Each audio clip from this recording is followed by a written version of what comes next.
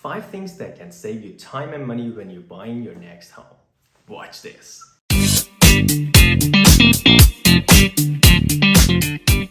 Everyone, Axel Ziba here, Maxit Realty. Number 1 that can save you time and money is to be focused. Know your wish list and stick to it, specifically your budget and location. Don't be confused, stick to what you have. Number 2 is to have a good advisor. That goes a long way. I made another video that you can refer to it.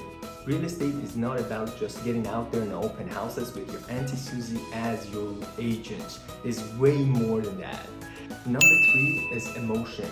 Get rid of emotion. It's a killer in your decision making. Your advisor should guide you through your emotion. Number 4 is to be informed. Real estate market changes all the time. It's like a heart rate, has ups and downs, and you need to be informed of these market changes. Not only that, you need to be informed of regulations and anything that comes your way. Number 5 is to think of real estate as a long-term investment. It's to buy now and wait. Do not wait to buy and do not time the market. Thanks for watching my video. Please give it a like and follow my channel. It really encouraged me to make valuable content just like this one.